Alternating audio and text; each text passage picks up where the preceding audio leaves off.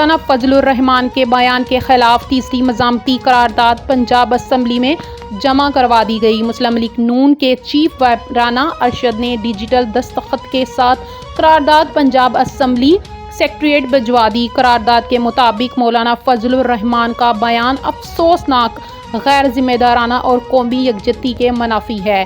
ان کے بیان سے شہدائے پاکستان کے ورثاء کی دل آزادی ہوئی، مسلح افواج قومی سلامتی کی ضامن ہے۔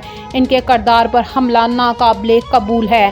قرارداد میں نواز شریف، شہباز شریف اور مریم نواز کو استحکام پاکستان کی کوششوں پر خراج تحسین اور army chief field marshal Asim Munir کی جرأت، بہادری اور قیادت کو سلام پیش کیا گیا۔